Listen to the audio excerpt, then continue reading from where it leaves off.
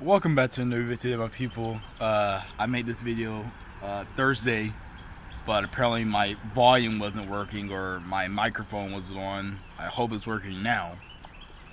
But as I was saying on Thursday, I'll try to piece the words together as I had it on the video that didn't go properly. That basically we need to awaken the soul, and the soul, the soul, is we translate to Latin or Spanish. Sol is the sun, which means our soul is our light. So we must make our light shine, as the song says back in the day. This little light of mine, let it shine. Some close to that. But basically, that's all we have to do. And to awaken our soul and to shine, let our light shine and beam, we have to, think right, eat right, communicate with people right, positivity, peace and love, and also we have to just,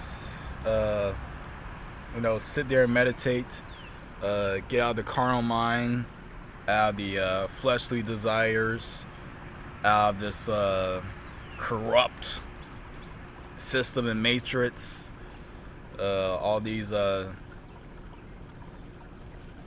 things that we think are real that are just fake. Simple as that. So, and what we have to do is we have to sit there and meditate sometimes. And you don't even have to meditate. You just take a walk in the park, go outside to nature, get closer to nature or whatever. Play with your animals or go see some animals. Just talk with a friend or something. Do whatever is more relaxing and comfortable to you. Maybe you like to meditate, do some exercise or whatever, play some basketball, go to the park, ride some bikes, go swimming or something, go to the lake. And we just need to take time to get out of the carnal mind and cast our nets to the right side of the boat or right side of the mind, to elevate to our higher selves. In the movie The Lion King, Rafiki says to Simba, he says, your father's still alive. And he asks Simba, do you want to see him? So he goes over here to a little stream like this, like a little some water right here. And he sees his reflection in the water, and he says, that's just me. And then Rafiki tapped the water, made the ripple, because kindness creates an endless ripple, and then Simba sees his father appear in the clouds, and his father starts saying, you have forgotten me, and so you have forgotten yourself, because the ancestors are in us. That's the DNA they're talking about, but the DNA is really the Kundalini energy, the energy that has been passed through us, because we are electric, we are energy. We aren't the flesh, the hands and the body and everything. That's just our vessel for this earthly plane. But once we are able to pass this test right here and transcend and transmute our energy and rise up through the Kundalini energy, we can become our light. We can become the light being. We can go up and live amongst the stars, as Mufasa says in The Lion King. The great kings of the past live up above us in the stars, and they watch over us. If you ever need guidance, just look up to the stars. So that's all we have to do. It's pretty simple when you just break this thing down.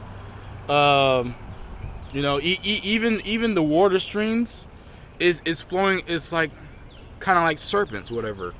The two serpents, but the serpents and the snakes have been demonized. For everything. And you can look up these trees. It's like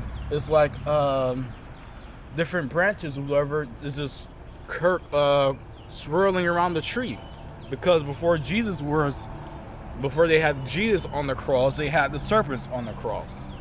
But yeah, that's what we need to do, and we have to go up through the heart chakra, through the throat, and we have to go to the pineal gland. And that's the seat of the soul. And just like what is that in the Avengers, they just came out with the new. He has a little beam right here, the little light right there in the middle of his head, the pineal gland.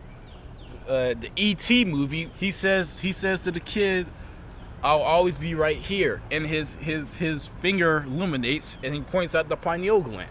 I mean, it's all over the place. It's all over the place, but we can't be getting caught up in these distractions.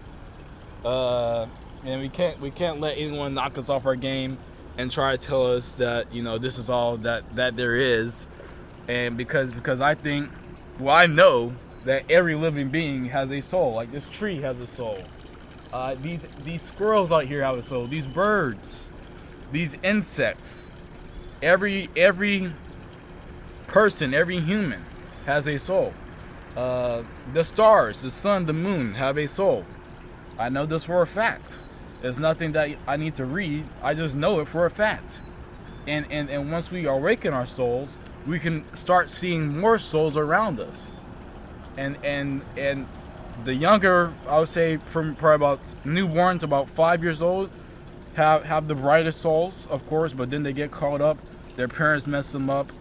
The TV mess them up. The schools mess them up. And then you know, they may pick it back up around the 20s or something. Well, I'd say about the 35 to 40, the 50 club, they're probably the most caught up in the matrix and this world of fakeness. But we can start to see souls around us. We can start seeing souls from the birds flying. We can start seeing souls, the aura around the trees. We can start seeing souls on different people. And if you're on that same wavelength, that same frequency, then you'll pick up like the law of attraction says. But I think we really need to just sit back, relax, and try to see what the end game is, or what the next level is, because this is just one plane, this is just one level, and we have to master this level and rise up to the next.